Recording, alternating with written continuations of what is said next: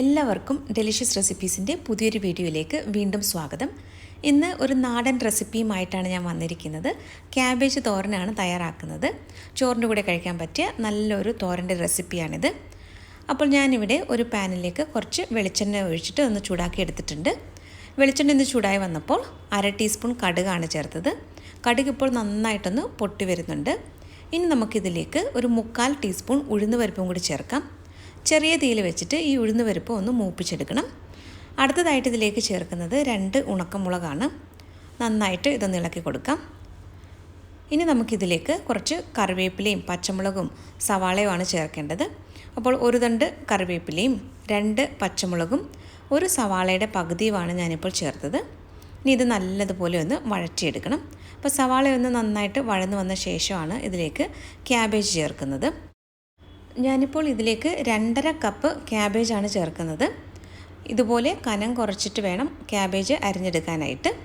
ഇതിപ്പോൾ 2.5 കപ്പുണ്ട്. ഇനി ഇത് തുറന്ന് തന്നെ വെച്ചിട്ടാണ് ഞാനിത് കുക്ക് ചെയ്തെടുക്കുന്നത്. അപ്പോൾ നമുക്കൊരു 2 മിനിറ്റോളം ഇത് നന്നായിട്ടൊന്ന് ഇളക്കി ഒന്ന് യോജിപ്പിച്ചെടുക്കാം. ഇതിൽ ഒട്ടും തന്നെ വെള്ളം ചേർക്കരുത്. ഒട്ടും തന്നെ വെള്ളമില്ലാതെയാണ് ഈ തോരൻ തയ്യാറാക്കുന്നത്. അതുപോലെ ഞാൻ ഈ തോരനിൽ മഞ്ഞൾപ്പൊടി ചേർക്കുന്നില്ല. മഞ്ഞൾപ്പൊടിയൊക്കെ ചേർത്തിട്ടുള്ള വേറൊരു ക്യാബേജ് തോരൻ്റെ റെസിപ്പി ഞാൻ നേരത്തെ പോസ്റ്റ് ചെയ്തിട്ടുള്ളതാണ്. അപ്പോൾ അത് താല്പര്യമുള്ളവർക്ക് ആ വീഡിയോയുടെ ലിങ്ക് ഞാൻ ഡിസ്ക്രിപ്ഷൻ ബോക്സിൽ കൊടുക്കുന്നതായിരിക്കും. അപ്പോൾ ഒരു 2 മിനിറ്റ് നന്നായിട്ട് ക്യാബേജ് ഒന്ന് ഇളക്കിയ ശേഷം ആവശ്യത്തിനുള്ള ഉപ്പും കൂടി ചേർത്തിട്ട് നന്നായിട്ടൊന്ന് മിക്സ് ചെയ്തെടുക്കുകയാണ്. അപ്പോൾ നമ്മളിത് തുറന്ന് തന്നെ വെച്ചിട്ട് തീ കുറച്ച് വെച്ചിട്ടാണ് ക്യാബേജ് വേവിച്ചെടുക്കുന്നത്. ഇപ്പോൾ ക്യാബേജ് പകുതിയിലേറെ നന്നായിട്ട് വെന്ത് വന്നിട്ടുണ്ട്. ഇടയ്ക്കിടയ്ക്ക് ഇതുപോലെ ഒന്ന് ഇളക്കി കൊടുക്കാനായിട്ട് മറക്കരുത്. ഇപ്പോൾ ക്യാബേജ് പാകത്തിന് നന്നായിട്ട് വെന്ത് വന്നിട്ടുണ്ട്. ഇനി നമുക്കിതിലേക്ക് കുറച്ച് തേങ്ങയും കൂടി ചേർക്കണം. ഞാനിപ്പോൾ ഒരു 4 ടേബിൾ സ്പൂൺ തേങ്ങയാണ് ചേർത്തത്. തേങ്ങയുടെയൊക്കെ അളവ് നിങ്ങളുടെ ഓരോരുത്തരുടെയും ഇഷ്ടത്തിനനുസരിച്ച് കൂട്ടുകയോ കുറയ്ക്കുകയോ ഒക്കെ ആവാം.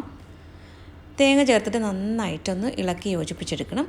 നല്ലതുപോലെ ഇതൊന്ന് ഡ്രൈ ആക്കി എടുക്കണം. വെള്ളത്തിൻ്റെ അംശം ഒട്ടും തന്നെ ഉണ്ടാവാൻ പാടില്ല. അപ്പോൾ ഇതുപോലെ ഒന്ന് ഇടയ്ക്കിടയ്ക്കൊന്ന് ഇളക്കി കൊടുത്ത് നന്നായിട്ടൊന്ന് ഡ്രൈ ആക്കിയെടുക്കാം. നമ്മുടെ ക്യാബേജ് തോരൻ ഇവിടെ റെഡി ആയിട്ടുണ്ട്. നിങ്ങൾക്ക് താല്പര്യമുണ്ടെങ്കിൽ ഒരു വളരെ ചെറിയ കഷ്ണം ഇഞ്ചി സവാളയും പച്ചമുളകും ഒക്കെ വഴറ്റുന്ന സമയത്ത് ചേർക്കാവുന്നതാണ്. ഞാനിപ്പോൾ ഇതിൽ ഇഞ്ചിയൊന്നും ചേർത്തിട്ടില്ല. അപ്പോൾ ഇന്നത്തെ ഈ നാടൻ റെസിപ്പി എല്ലാവർക്കും ഇഷ്ടമായി കാണുമെന്ന് കരുതുന്നു.